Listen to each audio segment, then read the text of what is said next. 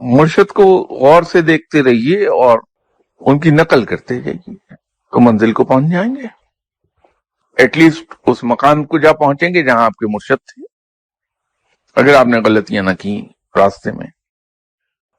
تو مرشد کو آبزرو کرنے کے لیے اتنی باریکی کے ساتھ کہ ان کو نقل کیا جا سکے، یہ ضروری ہے کہ ہم مرشد کو بغور دیکھتے رہیں، ان کے طور طریقوں کا مطالعہ کرتے رہیں بغور، پھر جو کچھ وہ فرماتے ہیں اسے بغور سنیں بھی. یہ سب کرنے کے لیے ہمیں مرشد کے پاس خاموشی سے بیٹھنا پڑے گا. تو مختصر الفاظ میں یہ کہا جا سکتا ہے کہ جب ہم مرشد کی خدمت میں حاضر ہوں تو اپنی زبان کو تالا لگا لیں، اپنی عقل کو گھر چھوڑائیں، صرف آنکھیں کھلی رکھیں اور کان کھلے رکھیں. ہاں البتہ کہیں کہیں ایسا لقمہ دے دیجئے بات میں کہ جس سے آپ کے مرشد مجبور ہو جائیں کہ وہ بولتے رہیں. تو جتنا مرشد آپ کے ساتھ گفتگو کریں گے، جتنا بولیں گے، اتنا علم ان کے اندر جو خزانہ موجود ہے وہ اگلتے رہیں گے اور وہ آپ کے کانوں کے ذریعے آپ کے دل اور دماغ میں اترتا جائے گا اور یوں آپ علم حاصل کرتے چلے جائیں گے.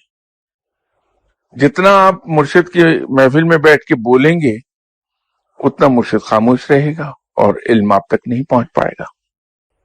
تو مرشد کے حضور خاموشی اور توجہ سے سننا اور توجہ سے دیکھنا یہ لازمی امر ہے اگر ہم مرشد سے علم لینا چاہتے ہیں. تو دوسری چیز ادب ہے.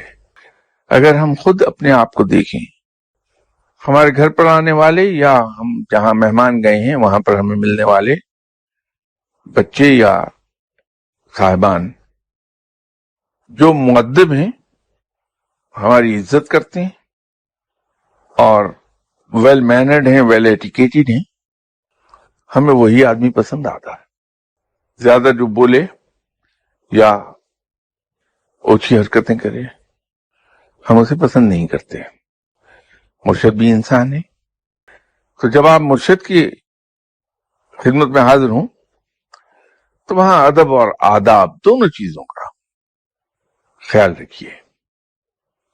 تو اگر ہم صرف یہ دو کام کر گئے کہ مرشد کے یہاں حاضر ہوتے وقت ادب اور آداب دونوں کا خیال رکھا ہم نے، اور مرشد کی خدمت میں جب تک حاضر رہے خاموش رہے، اپنی آنکھوں اور کانوں کا استعمال خوب کیا، اتنا ہی ہم پھل پالیں گے.